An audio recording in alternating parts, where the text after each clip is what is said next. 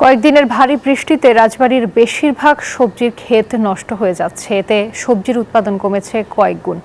বাজারে কমেছে সরবরাহ, ফলে একদিকে ক্ষতিগ্রস্ত হচ্ছে কৃষক, অন্যদিকে দাম বেড়েছে ভোক্তা পর্যায়ে। কৃষি বিভাগ বলছে বৃষ্টি কমলে পরিস্থিতি স্বাভাবিক হয়ে আসবে। মিঠুন গোস্বামীর তথ্যচিত্রে ডেস্ক রিপোর্ট। রাজবাড়ীর বালিয়াকান্দি শেখপাড়া এলাকার কৃষক মফিজ মিয়া লাভের আশায় চলতি মৌসুমে 1 একর জমিতে শসা, করলা, উস্ত, চিচিঙ্গা সহ বিভিন্ন প্রকারের সবজি আবাদ করেছেন।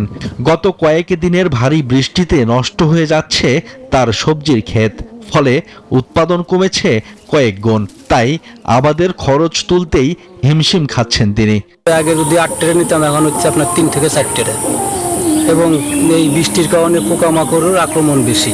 তার মতো ওই এলাকার কৃষক মুরাদ মোল্লা 1 হেক্টর জমিতে লাউয়ের আবাদ করেছেন।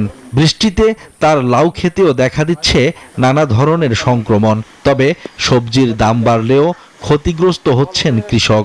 বান্ডেল থাকলে প্রতি সেনমানিতে টাকা বাঁচবে। বিকাশ সেনমানি বান্ডেল কিনে জিতুন প্রতি লেনদেনে।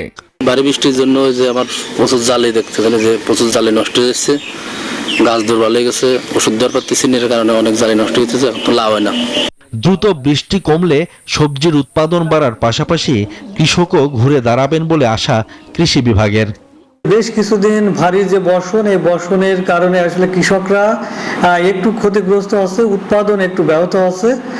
তবে আশা করি যে এই ভারী বর্ষণ যদি একটু কমে যায়, তাহলে কৃষক তার ক্ষতি পুষে নিতে পারবে।